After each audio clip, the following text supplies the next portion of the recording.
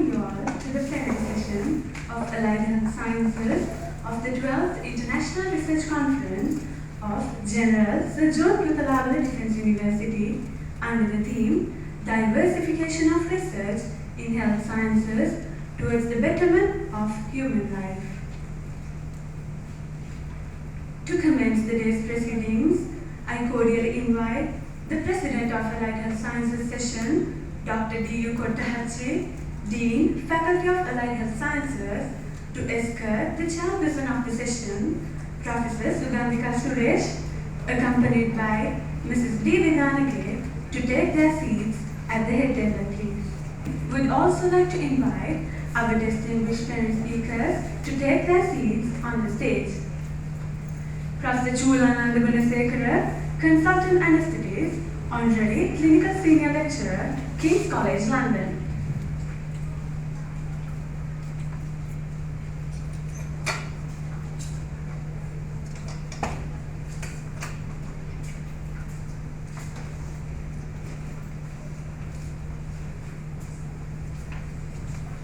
Dr. Bimani Veerakun, Senior Lecturer, Department of Radiography and Radiotherapy, Faculty of Allied Health Sciences, University of Peradeniya, Sri Lanka.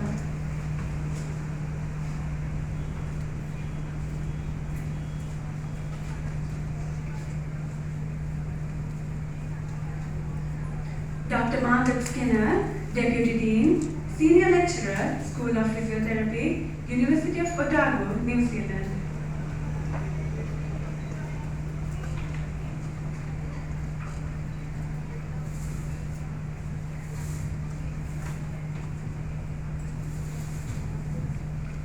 Now, I would like to call upon the President of Allied Health Sciences session, Dr. D.U. Kottahatchi, to give a brief introduction to the chairperson of the session. Over to you, sir.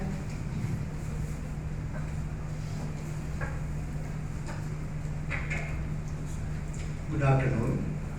I'm going to introduce the chairperson of this session, Allied Health session, Professor Sugandhika Suresh. Professor Sugandhika Suresh is a professor in biochemistry at the Department of Biochemistry, Faculty of Medical Sciences, University of Srijagadhan. She served as a head of the Department of Biochemistry from June 2015 to 2018. Her research interest covers several areas such as traditional medicine and herbal extracts, and effect on chronic disease such as diabetes and arthritis with clinical trials, development of novel products from indigenous medicines, nutritional status of children and young adults, oral and colorectal cancer, substance abuse, laboratory animal science, and stress migraine. She has authored more than 30 index and peer-reviewed papers and more than 100 communications, and also supervised several PhDs, MPhils and MScs and numerous undergraduate research projects. She has received several important recognitions to her research career, including Presidential Award for Research, Supervisory Award for National Science Foundation, Faculty of Medical Sciences, Alumni Achievement Award and Faculty Oration Medical and Best Postgraduate Research Award by Institute of Chemistry. Ceylon SLA, Sri Lanka Association of Advancement of Science, SLAs. Professor Sugandhika Suresh is the President of College of Biochemists of Sri Lanka from 2017 to 2019. And she was the founder, secretary and past president of Sri Lanka Association for Laboratory Animal Science. She is a council member and also the Sri Lankan delegate to Federation of Asian and Oceanian Biochemists and Molecular Biologists. Over to you, madam. It's a pleasure to introduce the first plenary speaker for this session, who is Professor Chulananda Goonasekera, who is going to talk to us about leading the way for a better future, Innovate Kdu. He has, you will have to wait until I explain his latest few things about impressive biography. Dr. Chulananda is a consultant anesthetist based at King's College Hospital, London, with an interest in nursing and allied health education. He was formerly the professor of anesthesiology at the University of Pennsylvania from 2002 to 2013.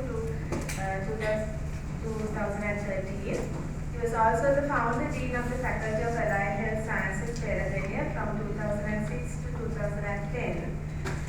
And a founder member and twice the president of Sri Lanka Society of Critical Care and Emergency Medicine, founder chair of the specialty boards of studies, Critical Care Medicine and Emergency Medicine of the Postgraduate Institute of Medicine, Colombo. He was also the dean of the Faculty of Medicine, Pennsylvania, and the founder president of the charity Friends of Critical Care. He has been instrumental in initiating the National Kidney Transplant Program in Sri Lanka. He is widely experienced in developing and implementing academic curricula, especially with multidisciplinary inputs. His passionate interest on enhancing nursing and allied health education in parallel with that of medical education has been based on his belief that all health delivery staff education is of paramount importance to improve the quality of healthcare in Sri Lanka. He is a clinical academic and also with significant research impact. His current index is 50. Over to you, Professor. Good afternoon, ladies and gentlemen. Thank you for that introduction, Chairperson. It's indeed a delight to be here in Chulananda Defence University, based on the kind invitation of the Vice Chancellor and the Dean of this faculty. As you can see, I don't belong to any of your professions, so I can't really answer any questions directly related to any of your professions. I'm only a colleague of yours. So, and in keeping with the main theme of this conference, that's challenges to humankind in the face of new technologies, I thought I will talk to you as a common citizen instead of being a professional. So it's very simple, and you will understand quite easily what I'm going to talk. I'm basically, I qualified. It's nearly 40 years in service, and when I joined the health service as a junior doctor, I had a salary of 900 rupees a month. So I have worked in this country half of my life, and the rest, about another 20 years abroad in a developed country. So I'm quite used to both environments in relation to the problems, the potential, and everything else, the enthusiasm, etc. So I quite mix well in any of the environments because I understand the situation so closely. So that's where I work. I work as a consultant pediatric anesthetist at the moment, highly specialized area. And you can see my working environment from last week. It comes up. That's I am. There's so many technological things all around me telling me what to do and what not to do. Yeah, so, but don't depend on your technology too much. And that's what I'm going to say. Right, so as a country, as a department, as a faculty or a university, innovation and research is fundamental for your development.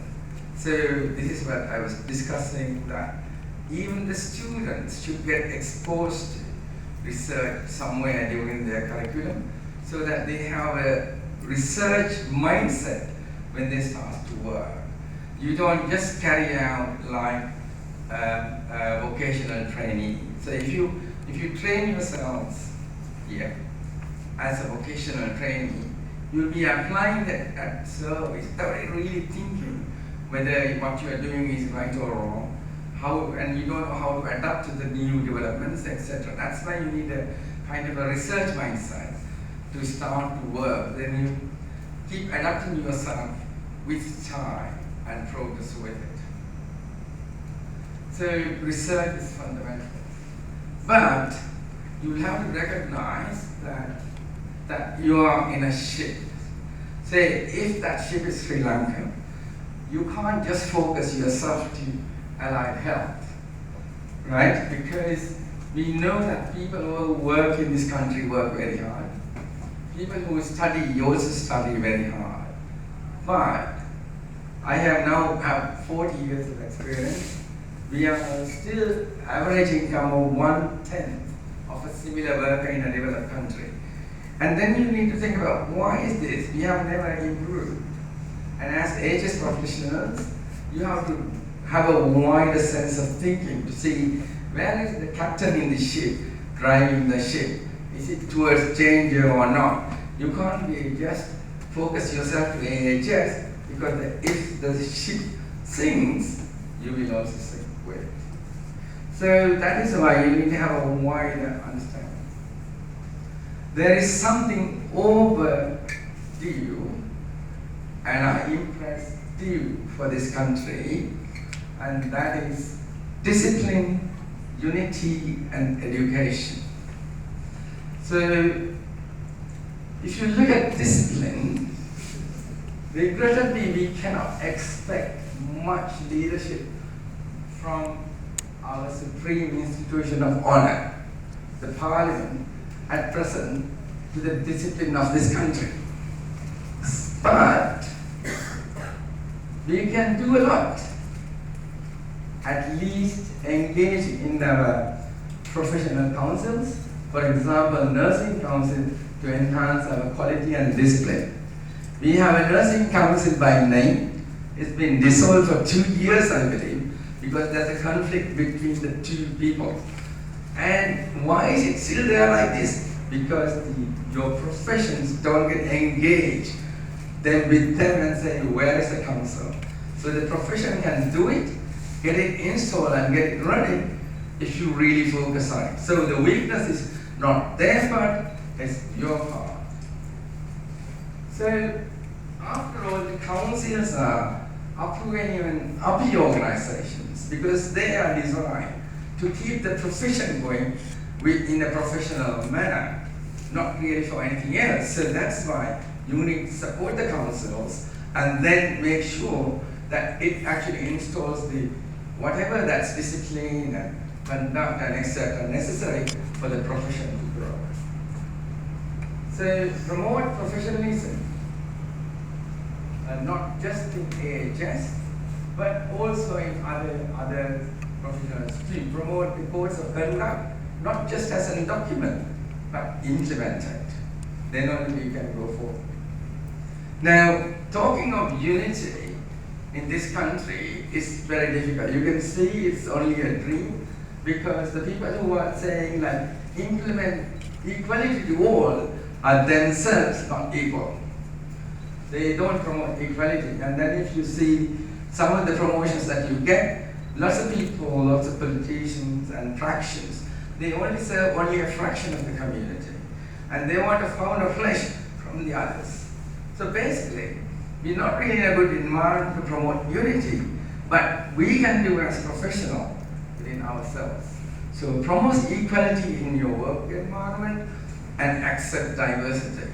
Different interests, different countries, different beliefs, but you can still work together quite nicely. So discipline, unity, and education is a must for you to go forward, but I'm proud that you are a lot better in here in achieving discipline, unity, and education. One example is how it's all been organized in this conference, and how diverse the conference is one big example that this is in practice in here. So I'm proud of your university. So now, if you talk about discipline, I'll tell you one example. This is a British MP, only a few months ago, and she was speeding 40. miles an hour, where the speed limit was only 30, and the police caught her. Then she thought it's probably a good idea to say your husband was driving the car and not herself, and lied to the police. So you got 2 offences, and what happened? They took a court case and police did the job. So she not only lost the job as an MP, evicted from the party, and also went to jail for 3 months. So that's policing, and that's kind of discipline. I think it's too far for us to expect, but the professionals can implement it. And it doesn't mean that the police there in the UK is too tough. I've been caught twice by the police. Once I went to see Cambridge University out of interest. I've never been there, and somehow got into a one-way road going upstream. So one police officer stopped me and told me, "You're not from this area, are you, my dear? I'll tell you how to turn around and get it the right way." So that's the response I got. That's the first one. The second time I got caught was I was going for a course in London, and I was living 300 miles away. So it was about 4 o'clock in the morning, and I was speeding. And I could see this police car following me, and they stopped and said, "Where are you going?" I said, "I'm going to London." "Where are you going to London for?" "I'm going for a course." "What time is starting?" 8 o'clock. 300 miles away. Then he said, "Have you got any document to show you are actually going for a course?" So I showed the document, and he said, "Okay, go to the motorway and speed as much as you like, but try to speed slower in the city limits." That's what I was told. No charges. So you, depending on the circumstance, they're quite flexible as well. So we have to drive due as independent professionals. Okay? This is not about professionals or AHS professionals or KDU academics becoming politicians. It does not work. Remember, we look at our failure. Monks went to parliament with the hope of changing the parliamentarians to behave like monks with passion. Alright, see what happened? Monks forget the origins and acquired political qualities and polluted the Buddhist culture in this country too. That's what happened. So academics can't become politicians, but you can drive the politics by being good academics or professionals. So now I go to this topic of challenges to humankind in the face of new technologies. Waves is one challenge, and we were talking about waves this morning, all the morning, and I was frightened by the time I came out on the morning session about the defense and waves. Right, but you have even more threat. Every one of them have one of these phones, right? Smartphones. They have lots of apps like that.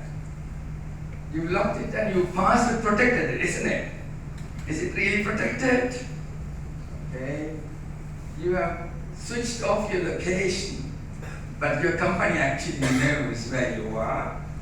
And what you switch on is that you allow other users to see where you are. That's about all what happens. And you take it with you wherever you travel location. So Monday you go there, Tuesday you go there. So algorithm can be developed to see where exactly you will be next Monday at this particular time. Okay? Your favorite websites, papers, locations, pictures, films, etc., is all located, but the way you look at it is recorded. So the big guy is watching, yeah? Access many websites, including social media, Facebook, it's all recorded in there. And you seem to be getting your battery going down very fast. And you think the battery is bad, change the battery. No. Each app is communicating with the motherboards every few seconds to say where you are. So they're continuously communicating. That's why your battery is going down. So it knows who you are, it knows where you are, it knows your family and your pictures, and your iCloud as well, so you can use it. Do you know anywhere where the iCloud is? where it belongs to, and you store all your personal data in iCloud. Who has not used the iCloud? No one. So your values, views, expressions, language use is all stored. Your peak time of use is used, and the phone comes to standstill at night. So it knows where you're sleeping as well. So it's so much information. And even the location of your bed. So this is called personal data. It's very valuable and can be sold. So there was this organization which the keynote speaker actually mentioned. But he didn't really go into much of the detail because it could be offensive. There's a company called Cambridge Analytica, which is in the UK-based company.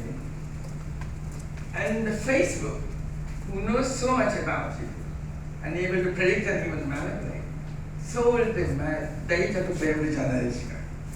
Don't know what sum, how much, we don't know. And they send messages, pictures, political slogans, etc., personalized to you. Basically fake news, right? It affected Sri Lankan elections in 2015. Somebody bought it and they used it to send messages.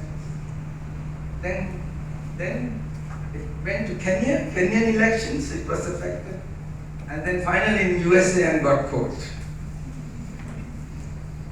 And these are new machines that come in here. Have you seen robot machines that cleans your house?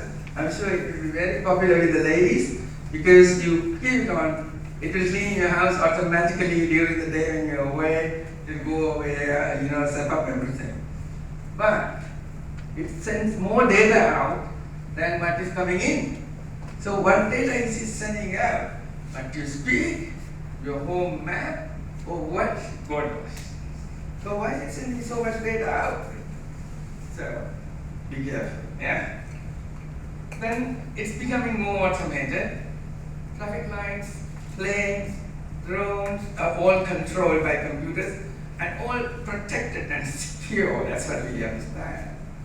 But these drones, you have a remote, you jam the frequency, and it falls on the ground. Imagine the Colombo, all the traffic lights being turning green at the same time. See what will happen if somebody hacks into it, change everything to green, what will happen? So the risk is real. The threat is there everywhere. I will refer to 2 plane crashes that happened in 2018 and 19.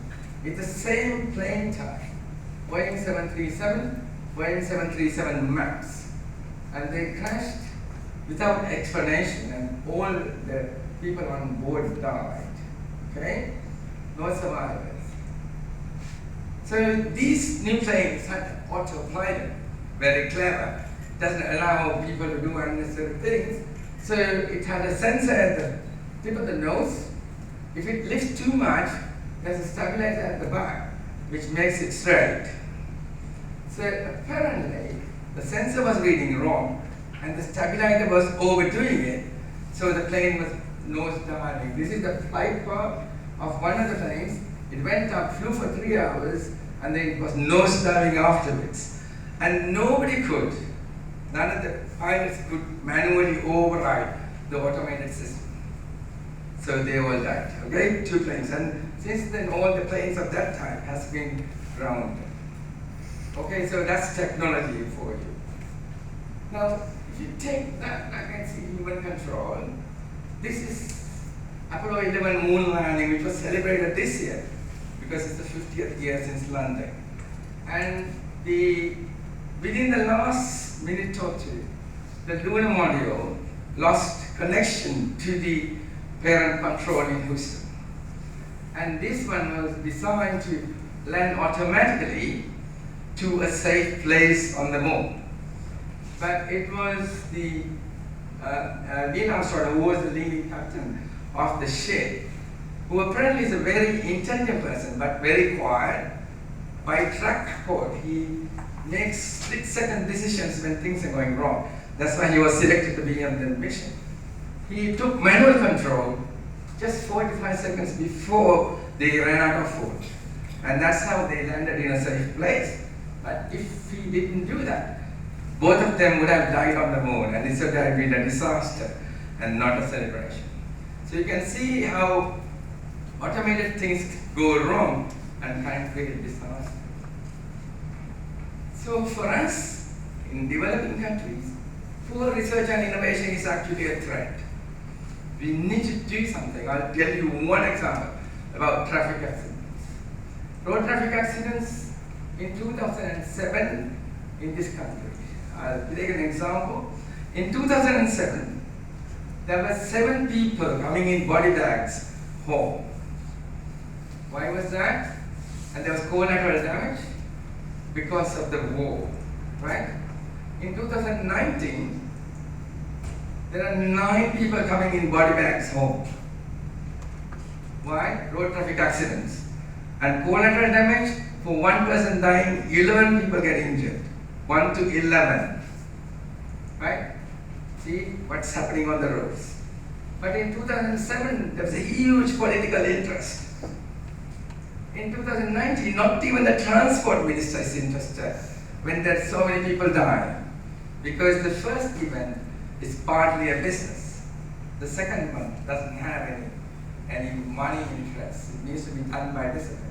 So you can see the difference in interests, and this itself is a threat. And our academics actually not doing enough research to find out why we are having so many.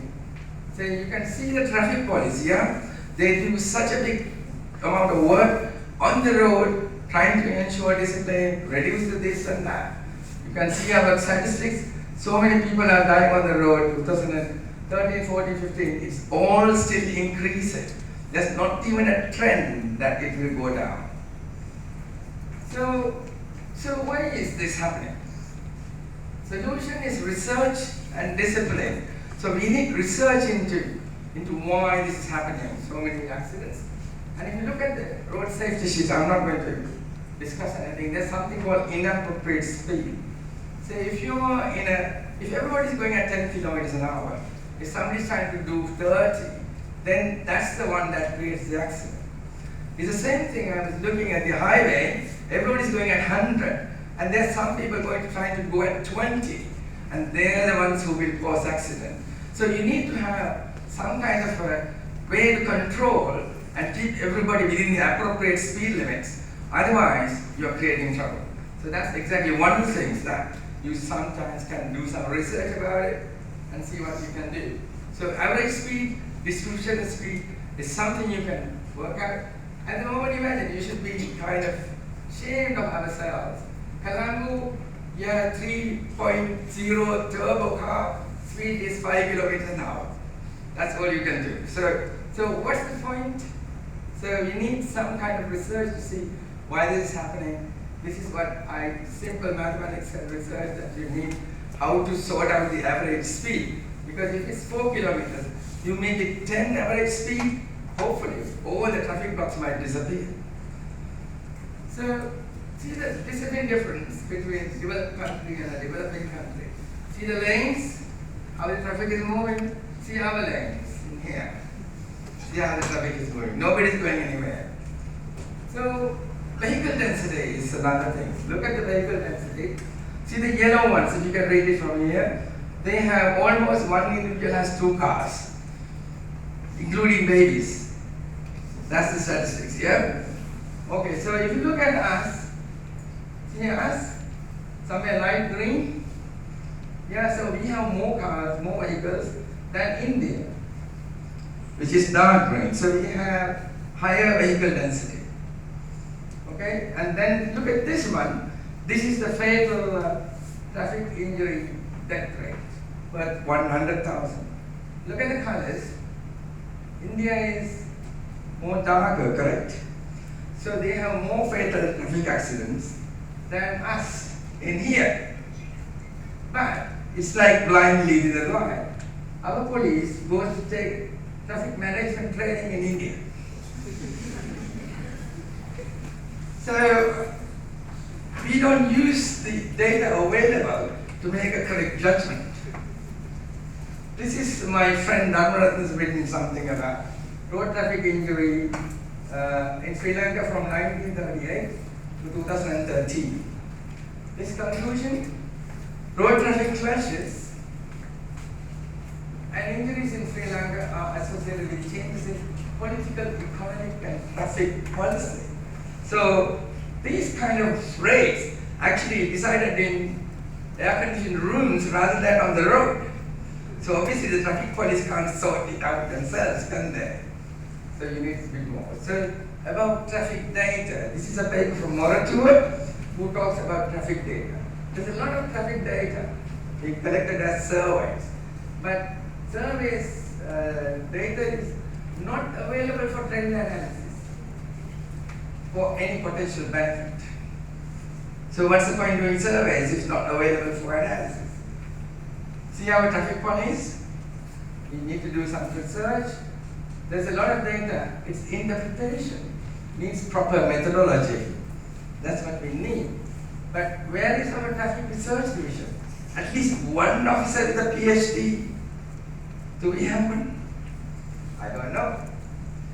So think about that, yeah. So Educate Sri Lanka is the only mission that can get us out of this hole.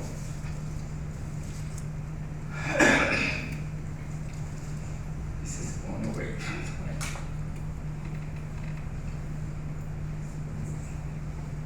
So the facts. Look at the gross domestic product. Roughly you can say it's per capita income in the country. Okay?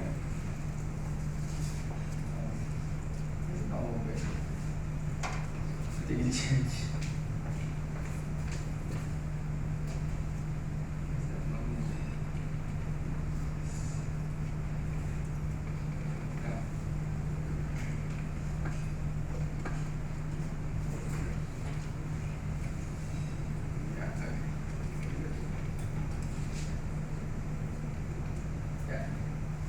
Say, politicians will be quite like to both say, yes, our GDP is improving and our income has gone up, etc., etc. Look at the world map. See the red dots? They're the lowest income countries. Yes, where are we?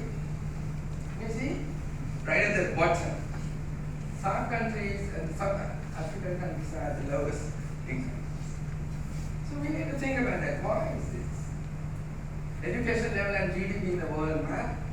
Look at the top one, if you can see, it's USA, right?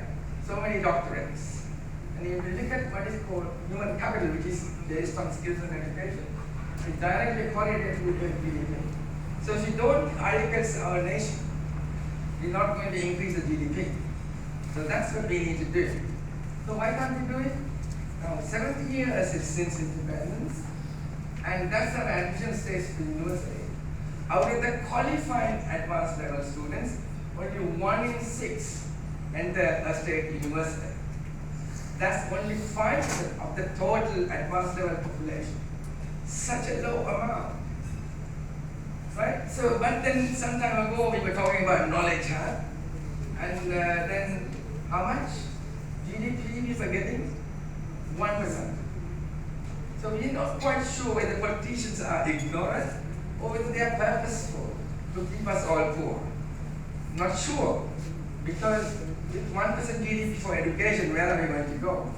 If you look at the highest income in countries, look at I think Norway, there's New Zealand, United Kingdom, etc. You have 6 to 8% of the GDP used for education.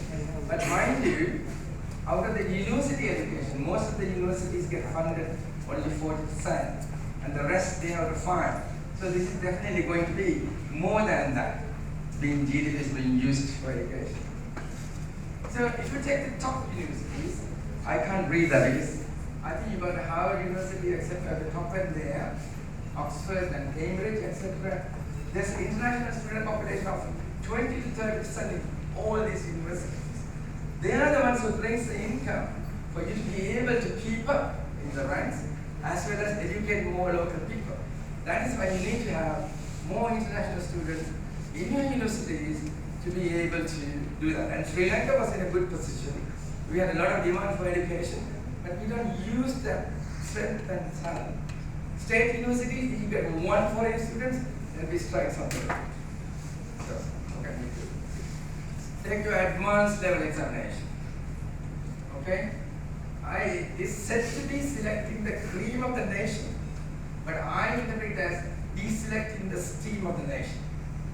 The reason is, if you look at knowledge, you know the Milan's criteria, where you get to know initially, then knows how, then you show it, and then you independent practice. That's the competence. If you take the A level, they test the know level. It's a memory recall examination mostly. There's not much of even application.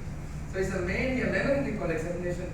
Competence levels tested is the lowest in Milan's criteria and not suitable to classify a competence level for life. That's what's happened. So based on the advanced level, you stamp another top one called Z score. So it's like selecting drivers from advanced level. In fact, that's what we are doing. We are selecting professions from the advanced level without at a competence level of 1. And you label them for like say, oh, you're like this, you're like this, that. That's what happened at Paradenia when we installed allied health programs to have degrees. Then we have this class based on the Z score. The Z score has defined their own class. They said, no, you can't do it. Only we can do it. That's what's happened, and that's why you confused. So the University Grants Commission, which was established I think in 1970s or late 70s, has to change this time. It's out of date. It's not 1970s anymore. Not a world accepted selection method. It's called not a tested method to recruit best learners, unfair in today's standards with IT and trouble, no justification in country. Say, if it's a good score, they should apply no politics, don't you? Why don't you propose it's a score for all of it? So lower income countries should be given a chance to become first. Will that happen ever? No. So scrap it. It's no good. So that's something that you should work for if you can. Look at our universities in the top. Here, world ranks. University of Paradenia is 180. All the others are below that. How long are we going to stay in that rank? Is that a rank at all to be able to show? I'm just showing it to you, saying how good or how bad we are. So I've written some time about this bad side of free education, and one of my colleagues wrote about how freedom for education is also affected as a result of it. So we need to check. This is something that you will see very frequently. In Sri Lanka, people protested, asking for without actually promoting any education or research, you think you can strike or disrupt and get your things. I mean, it's really sad what people are doing. I mean, once I was traveling to Andy and I saw somewhere there were about 20 people protesting with a bow. What are they protesting about? They're saying for 20 families, we have only one toilet. So they're protesting on the road. I mean, you put 1 day's salary into it and you got another toilet, haven't you? From 20 families. So without solving your problems within, you try to bring it outside for no reason. So how long are we going to listen to this kind of opposition? I'll tell you in relation to GMOA, is our Government Medical Officers Association, which is an elite organization. It's supposed to be highest results, go intelligent and also more national friendly. Postgraduate Institute in 1980, we wanted to have the PG again. They said no, but it was established. Initial students had death threats, but we continued. Now it's an elite organization, right? All postgraduate students. 1990, North Colombo Medical College, I said no, and it had to be closed years later. And some of the top doctors who are now working in Colombo asked for North Colombo Medical College. 2006, BSc Nursing and Allied Health, no. That was what we were told earlier. We said no to them. Then year 2007, 4 year BSc for nursing, they said no. So we said no to them again. And now medical care, it suffered, it did not proceed. So we got problems like the anxiety for the last, they said no. So basically, the ones who come with free education selected through research score come into an institution and they privatize education and the standard for themselves. So basically, free education is now privatizing. Everything others, the potential others have has to be curtailed because it's now got a spurious class. So much so, most of our VIP, particularly politicians, fly abroad for medical treatments. That's what's happening. So only 5% of the university as a whole want to stop elite education for the others. And we must remember, the other 95% and their parents pay taxes to educate that 5% in the university in Sri Lanka. So our problem, we don't speak up. We're very quiet, very selfish sometimes, very fearful of reprisals, we're self-centered, we don't speak up. But I must say, your Vice Chancellor is an exception to those. He is people. So our education minister thinks it's probably better to develop highways than try to improve the quality of education. So unfortunately, this is what has happened as a result. You have unemployed graduates. These high-powered, high-exposed students who go to the university end up on the road saying, "Give us jobs." And I hear some of them having given jobs in rural areas, and they have no job at all. They just come and sign the book and take the salary.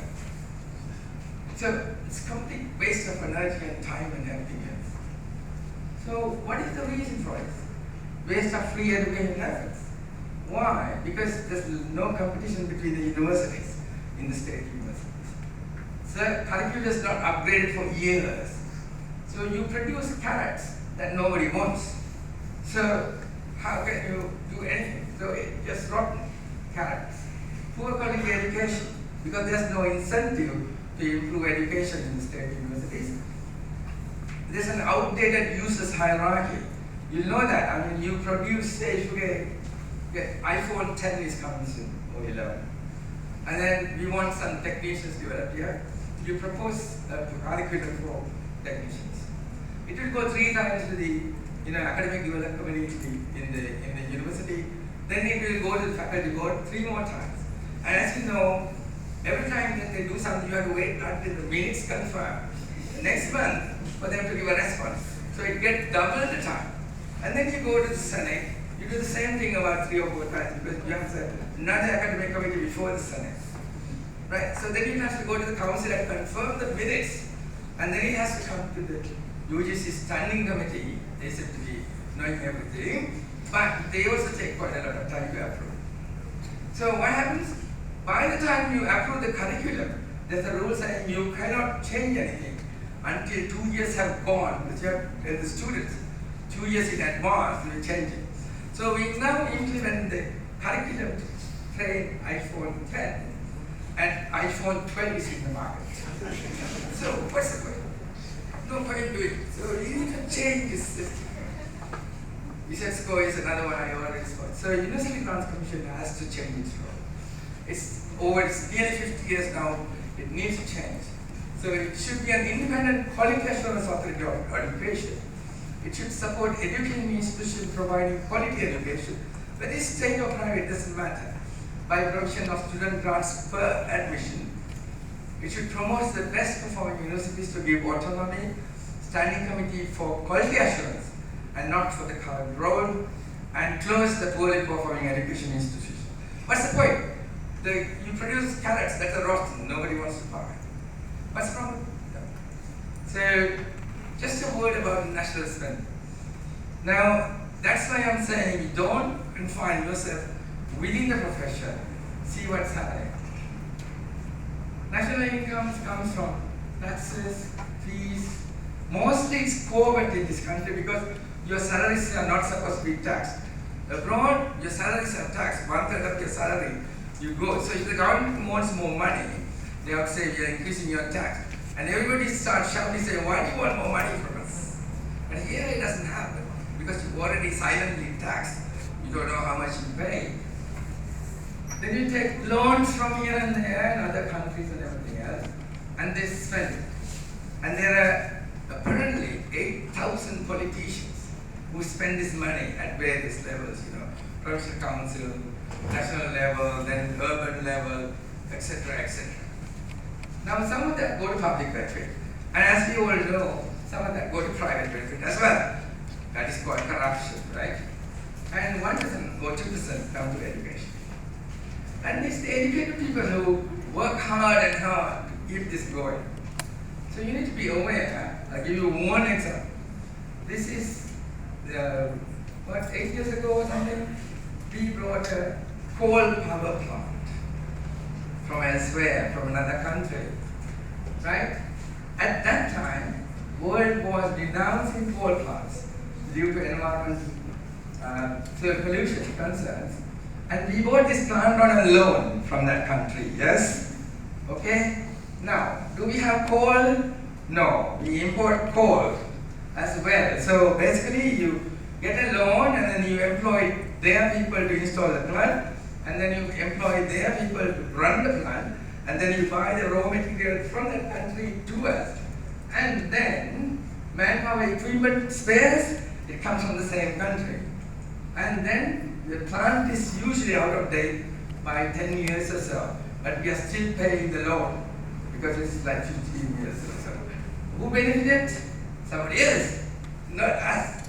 But see, we have so much raw material like power, sun energy, wind energy, water energy. Raw material is free. If we had given 2 kind of solar power panels to every house, instead of doing the coal plant, it would have been more beneficial. So anyway, that's why you need to be aware of national spending, because it's us who will be paying for these for the future. So if you look at solar power investment, the countries who get only 6 hours of sunlight are more interested in solar power investment than us. We get 12 hours. Look at the tunnels, okay? We had a Umayo project, remember? And we had cracks and this and that and it leaking, everything else. Why? Because it's poor quality contracts. Look at this tunnel on the right then, which is a tunnel which is just completed, running from east of London, underneath London whole of the town to the west of London. And it's been dug and finished. Nobody even knew whether anything was something like this. And all the buildings on top of it, nothing happened. Quality. So education, education and education, and thinking positive, getting involved is the key for us to become more developed as a nation. Thank you very much.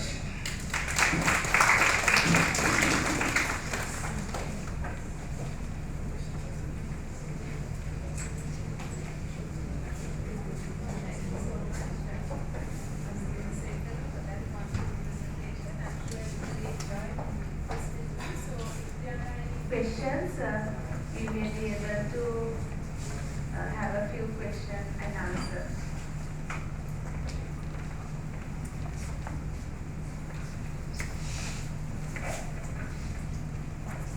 Any questions?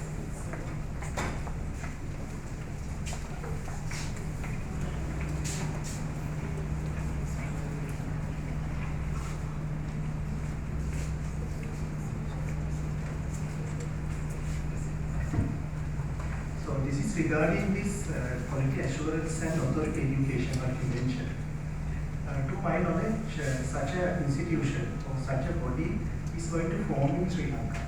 Good news. But it should not be under political control. That is the problem, sir. That is the problem. There's something in political control. So yeah, but you can minimize it. And what are people? So what are the expertise you suggest in such an institution? I think any kind of institution, when you have standing committees which are really governing the country, will have default positions, which comes with the position, not by the individual, like, dean of the management, dean of quality assurance council already that is in place, things like that. So you'll have to select some default position, but at the same time, you'll have to have some independent academics who have done various PhDs or whatever. So it has to be proportionally represent everything that's related to quality. I'm not a quality assurance expert, but there are people who worked in this country from the very beginning when we started to install quality assurance. So slowly it's building up. But there are people who say, like interested and worked on it as well. So I think there has to be some kind of elected population coming into the qualifications. So every university can perhaps elect one person to go there, so that it returns to the universities.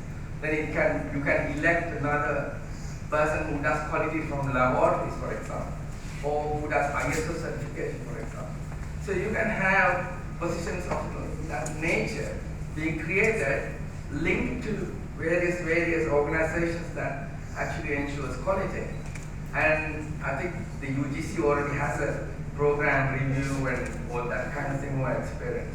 So I think it's something that needs to be worked out without having political influence into it.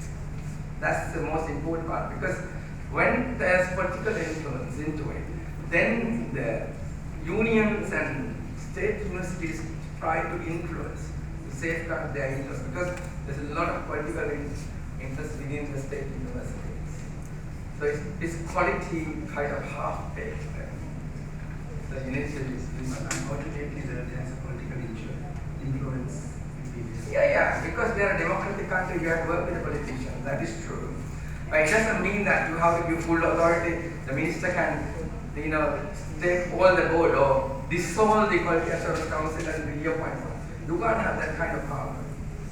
So you can take disciplinary action against somebody or something like that, initiated by the minister because it's from the political side.